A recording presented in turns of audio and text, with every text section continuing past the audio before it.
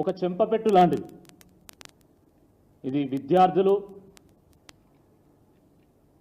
ఈ రాష్ట్ర యువత, గ్రూప్ 1 యాస్పిరెంట్స్ వాళ్ళ యొక్క పోరాట ఫలితం ఈ తీర్పు. ఇది వారి సాధించినటువంటి ఒక గొప్ప విజయంగా మేము భావిస్తూ ఉన్నాం.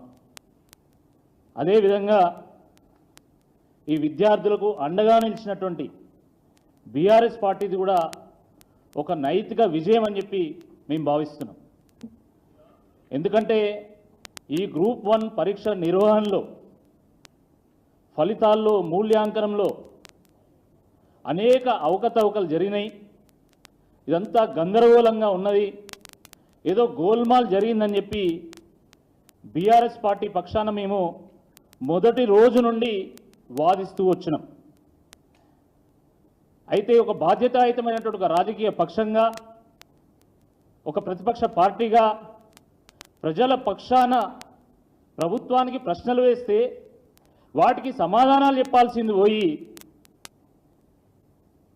టీజీపీఎస్సీ లేదా రాష్ట్ర ప్రభుత్వము మా పరువు పోయింది, మా ఇజ్జత్ పోయింది కాబట్టి మేము మీ మీద ఇజ్జత్ దావా కేసు వేస్తాం, నువ్వు మాట్లాడొద్దు, నువ్వు పోస్ట్ పెట్టొద్దు, నువ్వు 7 రోజుల్లో రిప్లై చేయాలి, నువ్వు ఒకవేళ వైలేట్ చేస్తే నీ మీద క్రిమినల్ కేసు పెడతాం, నీ మీద సివిల్ కేసు పెడతామని చెప్పి బ్లాక్మెయిల్ చేసి బెదిరించినటువంటి ఒక పరిస్థితిని మనం చూసాం.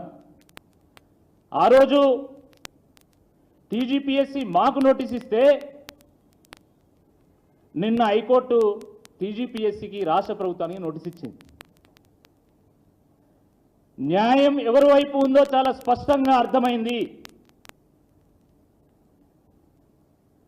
ఎన్ని అనుమానాలు, ఎన్ని అవకతవకలు, ఎంత గందరగోళం,